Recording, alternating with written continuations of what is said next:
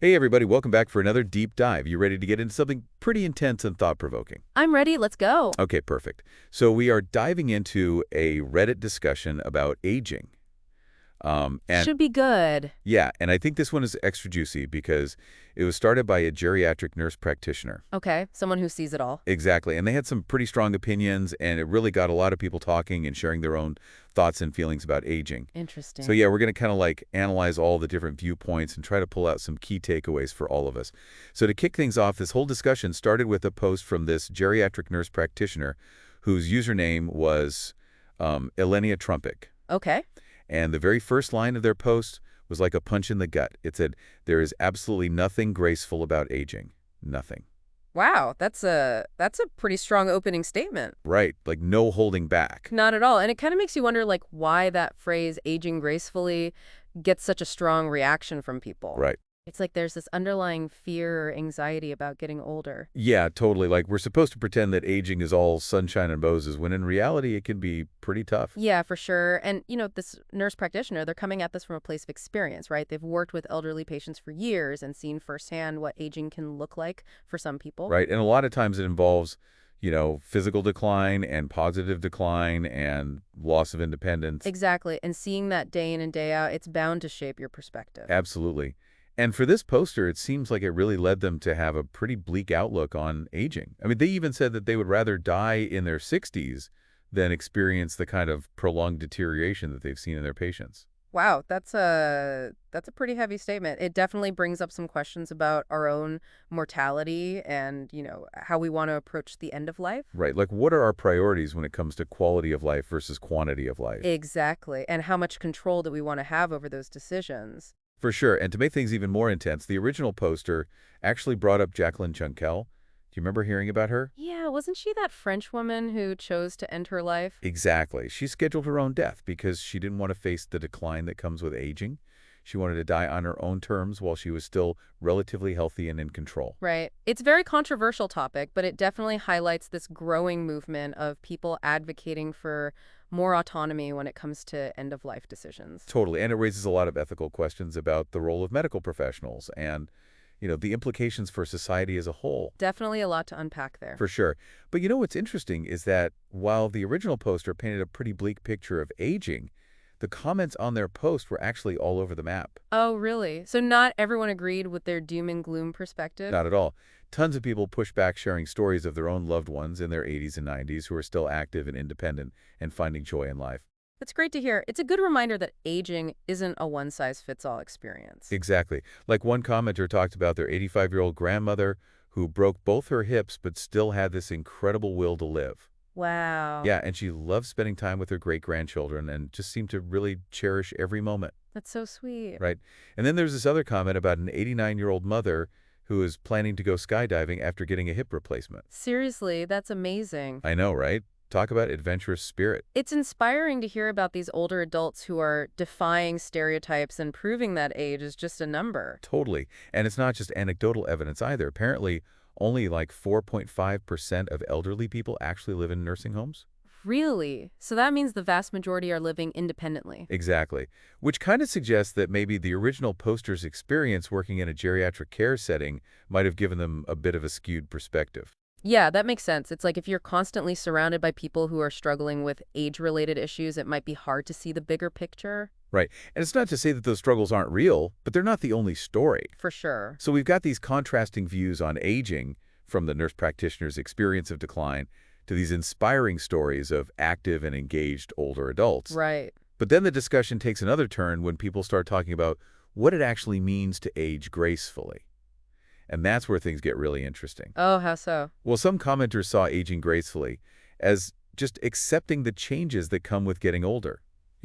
Like adapting to your limitations without dwelling on lost youth. Okay. Like they gave examples of using reading glasses or hearing aids or walkers without complaining because they recognize that those things can actually improve their quality of life. That makes sense. It's about making the most of the situation you're in. Exactly. But then other people were like, no, aging gracefully is a total BS concept. It's just sugarcoating the harsh reality of decline.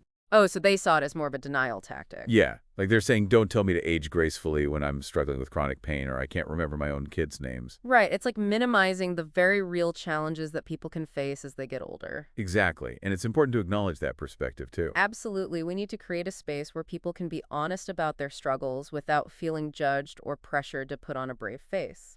So we've got this tension between embracing the changes of aging and resisting them, and this debate about what it means to age gracefully. Right. And then the conversation takes another turn when commenters start talking about compassion fatigue, especially in the context of healthcare workers. Oh, yeah, that's a huge issue, especially for people who are constantly exposed to suffering and death. Totally. And several people pointed out how this fatigue might be influencing the original poster's perspective, making the whole experience of aging seem more negative than it might be for others. That makes sense. I mean, if you're constantly seeing the downsides of aging, it's easy to forget that there are upsides too. Right. And it's not to say that those downsides aren't real, but they're not the whole story. Exactly. But I think what we're seeing here is that there's no single right way to think about aging. Yeah, it's a complex issue with a lot of different perspectives and experiences. And it's something that we all need to grapple with on both a personal and societal level. Uh-huh. So where do we go from here? Well, I think the first step is just to keep talking about it, keep sharing our stories and listening to each other with empathy.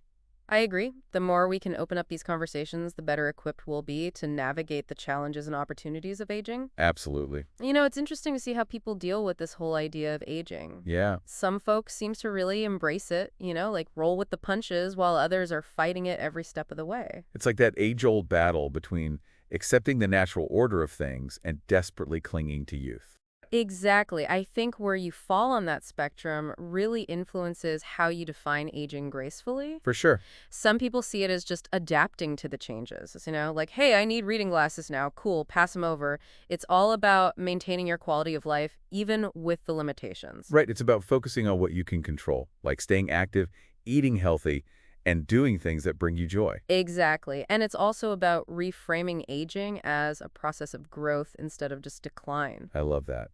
But then you have the other side of the coin where people see aging gracefully as this pressure to pretend that everything is fine. Yeah, like you're not allowed to admit that getting older can be tough. Right? Like, don't tell me to age gracefully when I'm dealing with a chronic pain or forgetting simple things. It's like they're trying to silence anyone who's struggling and make aging this taboo topic. Exactly. And that's just not realistic or helpful. For sure, we need to acknowledge that aging isn't always pretty, and that's okay. And it's important to create a space where people can be honest about their struggles without feeling like they're failing at aging. Absolutely. And that brings us back to LMC's story about her father. Yeah. It's a perfect example of how complex end-of-life care can be. It's such a difficult and emotional topic, and I think her story really resonated with a lot of people. Yeah, it definitely highlights the tough choices families have to make when a loved one is nearing the end of their life. And the emotional toll it takes on everyone involved. For sure. It's not just about medical decisions. It's about navigating all those feelings and honoring your loved one's wishes. Right, and finding ways to cope with grief and loss. Exactly. And it's something that we as a society need to talk about more openly. Absolutely. We need to break down the stigma surrounding death and encourage people to have those difficult conversations about their end-of-life wishes before it becomes an emergency. I couldn't agree more. Advanced directives, living wills, and open communication with family members can make those transitions so much easier. And it's about empowering people to make choices that are right for them and their families. Exactly, because there's no one-size-fits-all approach to end-of-life care. So true individual values, cultural beliefs, spiritual perspectives, all of that comes into play. And it's important to remember that there are resources available to help people through this process. Yeah, like palliative care and hospice services. Exactly. They can provide so much support and comfort to both the individual and their loved ones. So we've talked about the different ways people view aging, the debate about aging gracefully, and the complexities of end-of-life care. Right. But what about the things we can actually do to influence how we age? Like lifestyle choices. Ah, yes, the age-old question. Can we actually control how we age? Right. And I'm not talking about those fancy anti-aging creams and supplements they advertise on TV. No. We're talking about the real deal, the stuff that actually makes a difference. Okay, like what? Well, maintaining a healthy weight is a big one. Makes sense. And eating a balanced diet, getting enough sleep, managing stress. Basics. Exactly. But so important, especially as we get older. Right. It's about taking a holistic approach to well-being and not just focusing on outward appearances. For sure. But you also can't forget about genetics. Right. That's a big factor, too. It definitely plays a role in how we age. But it's not the whole story. So it's like nature versus nurture. Our genes set the stage, But our high-style choices can either help or hinder the performance. That's a great analogy. It's about understanding your own individual predispositions and making choices that support your overall health. And it's about recognizing that aging is a continuous process, not a destination. Exactly. There's always something we can do to improve our well-being, no matter our age. Okay, so we've got those things, but what about those people we talked about earlier, the ones who are thriving in their 80s and 90s? Yeah, those inspiring folks. What's their secret?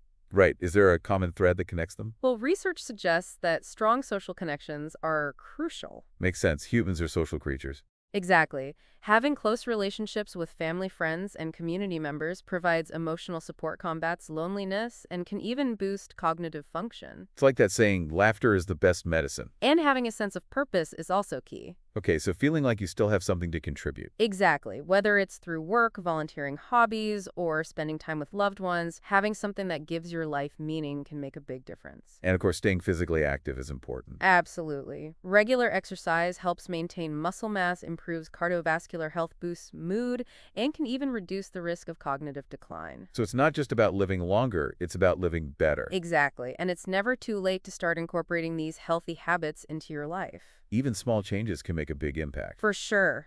Okay, so we've covered social connections, purpose, and physical activity. What about diet? Does that really matter as we get older? Oh, absolutely. As we age, our nutritional needs change, and it becomes even more important to make healthy food choices. So what are we talking about here? Well, a balanced diet with plenty of fruits, vegetables, whole grains, and lean protein. Okay, so ditching the processed junk and focusing on whole foods. Exactly, and staying hydrated, limiting alcohol intake. All the good stuff. It's really about taking a proactive approach to your health and making choices that support your overall vitality. It sounds like healthy aging is all about nurturing your physical, emotional, and social well-being. That's a great way to put it. It's about recognizing that aging is a natural part of life, and while we can't stop the clock, we can certainly make the most of the journey. This has been so insightful. I feel like we've barely scratched the surface of this topic. I know there's so much more to explore. But unfortunately, we're running out of time. Time flies when you're having fun. It really does. But don't worry, we'll be back next week to dive even deeper into this fascinating discussion about aging. So much to think about, right? We've gone through so much on this deep dive. I know, right? From stories and ethics to how we live and even finding purpose, it's like we've touched on everything about getting older. It really feels like it. What sticks out to you the most from all of this? I think that back and forth we've been talking about is really fascinating. The one about accepting changes versus wanting to stay young forever? Yeah, that seems to be where a lot of the strong opinions and feelings come from on that Reddit thread. Makes sense. We're all trying to figure out what it means to age well, but there's no single answer that fits everyone. Right. Some people find peace in going with the flow, while others feel like they have to fight against it. And both are totally okay. Exactly. The important thing is to find what feels right for you. So it's about respecting everyone's journey and realizing that there are so many different ways to experience aging. Exactly. We need to get rid of this idea that there's only one right way to age and be more open to all the different perspectives. Love that. And we also have to remember that things aren't equal for everyone. You mean like how access to healthcare and social support can affect how people age? Absolutely. Those systemic issues play a huge role, and we can't ignore them if we want to create a society where everyone has the chance to age well. Okay, so we've got individual choices and societal factors, but what about the practical stuff? We talked about diet, exercise, and staying connected. Are those really the keys to healthy aging? Well, there's no magic bullet, but research shows those things can really make a difference. So it's not about finding the fountain of youth, but making choices that nourish our bodies and minds. Precisely. Taking care of ourselves physically, emotionally, and socially. And never forgetting what brings us joy and makes life meaningful. Absolutely. Having that sense of purpose is so powerful. It gives us a reason to keep going and keep growing. So what does all this mean for our listeners? I think this deep dive shows us that aging gracefully is more than just skin deep. It's about so much more than that. It's about having honest conversations, understanding different perspective, and realizing that aging is a natural part of life with its own set of challenges and opportunities. And it's about supporting each other through it all. Beautifully said. Aging is a journey we all share, and by approaching it with curiosity, compassion, and an open mind, we can make it a more meaningful experience for everyone. This deep dive has definitely given me a lot to think about. And I hope it's done the same for you. Thanks for joining us on this incredible journey.